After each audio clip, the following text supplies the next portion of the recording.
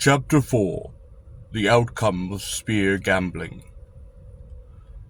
The Tchuk warrior lifted the lance in triumph, in the same instant slipping his fist into the retention knot, and kicking the rolled heels of his boots into the silken flanks of his mount. The animal springing towards me, and the rider in the same movement, as if one with the beast, leaning down from the saddle, lance slightly lowered, charging.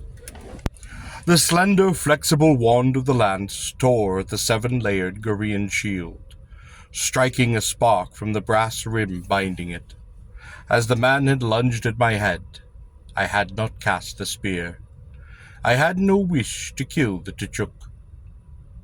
The charge of the Tchuk, in spite of its rapidity and momentum, carried him no more than 4 paces beyond me. It seemed scarcely had he passed than the Kala had wheeled and charged again, this time given free rein that it might tear at me with its fangs. I thrust with the spear, trying to force back the snapping jaws of the screaming animal.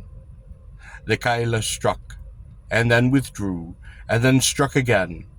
All the time the Tchuk thrust at me with his lance. 4 times the point struck me, drawing blood. But he did not have the weight of the leaping animal behind his thrust, and he thrust at arm's length, the point scarcely reaching me. Then the animal seized my shield in its teeth, and rearing lifted it and myself by the shield straps from the ground. I fell from some dozen feet to the grass, and saw the animal snarling and biting on the shield. Then it shook it and hurled it far and away behind it. I shook myself. The helmet which I had slung over my shoulder was gone. I retained my sword. I grasped the Gorean spear. I stood at bay upon the grass, breathing hard and bloody. The Tchuk laughed, throwing his head back, and I readied the spear for its cast. Warily now the animal began to circle, in an almost human fashion, watching the spear. It shifted delicately, feinting, and then withdrawing, trying to draw the cast. I was later to learn that Kala were trained to avoid the throwing spear. It is a training which begins with blunt staves and progresses through headed weapons. Until the Kala is suitably proficient in this art, it is not allowed to breed. Those who cannot learn it die under the spear. Yet at a close range I had no doubt that I could slay the beast. As swift as may be the Kala, I had no doubt that I was swifter. Korean warriors hunt men and laris with this weapon, but I did not wish to slay the animal, nor its rider. To the astonishment of the Tchuk and the others, who observed, I threw away the weapon. The Tchuk sat still upon his mount, as did the others. Then he took his lance and smote it on the small, glossy shield, acknowledging my act. Then so too did the others, even the white-caped man of the Paravesi. Then the Tchuk drove his own lance into the dirt, and hung on the lance his glossy shield. I saw him draw one of the quivers from a saddle sheath, loosen the long, triple-weighted bola from his side. Slowly and singing in a guttural chant, a Tchuk warrior sang. He began to swing the bola. It consisted of 3 long straps of leather, each about 5 feet in length, each terminating in a leather sack, which contained, sewn inside, a heavy round metal weight. It was probably developed for hunting the tumut, a large, flightless, carnivorous bird of the plains. But the wagon people use it also, and well, as a weapon of war. Thrown low, the long straps, with their approximate 10-foot sweep, almost impossible to evade, strike the victim, and the weighted bowls, as soon as resistance is met, whip about the victim, tangling and tightening the straps. Sometimes legs are broken. It is often difficult to release the straps, so snarled do they become. Thrown high, the Korean bolo can lock a man's arms to his sides. Thrown to the throat, it can strangle him. Thrown to the head, which is a difficult cast, the whipping weights can crush a skull. One entangles the victim with the bola, leaps from one's mount, and with the quiver cuts his throat. I had never encountered such a weapon, and I had little notion as to how it might be met. The Tchuk handled it well. The 3 weights at the end of the straps were now blurring in the air, and he, his song ended, the reins in his left hand, quiver blade now clenched between his teeth, and bola in his swinging uplifted right arm, cried out and kicked the Kali into its charge. He wants a kill, I told myself. He is under the eyes of the warriors of the other peoples.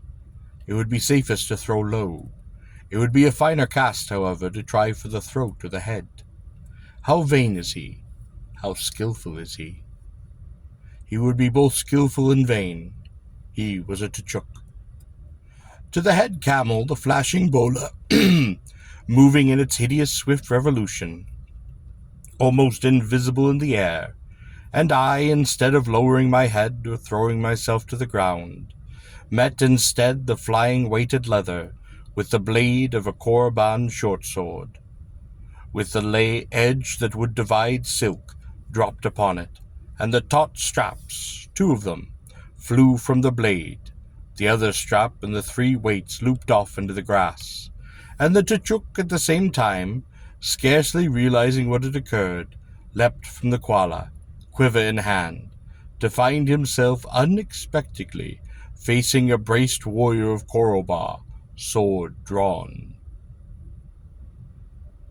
The quiver then reversed itself in his hand, an action so swift I was only aware of it as his arm flew back, his hand on the blade to hurl the weapon. It sped toward me with incredible velocity over the handful of feet that separated us. It could not be evaded, but only countered, and countered it was by the Korban steel in my hand. A sudden ringing, sliding flash of steel, and the knife was deflected from my breast. The Tchuk stood, struck with awe, in the grass on the trembling plains and the dusty air. I could hear the other 3 men of the wagon peoples, the Katai, the Kasar, and the Pravashi, striking their shields with their lances. "Well done," said the Kasar. The Tchuk removed his helmet and threw it to the grass. He jerked open the jacket he wore and the leather jerkin beneath, revealing his chest. He looked about him at the distant bosque herds, lifted his head to see the sky once more. His Kala stood some yards away, shifting a bit, puzzled, reins loose upon its neck. The Tchuk now looked upon me swiftly. He grinned.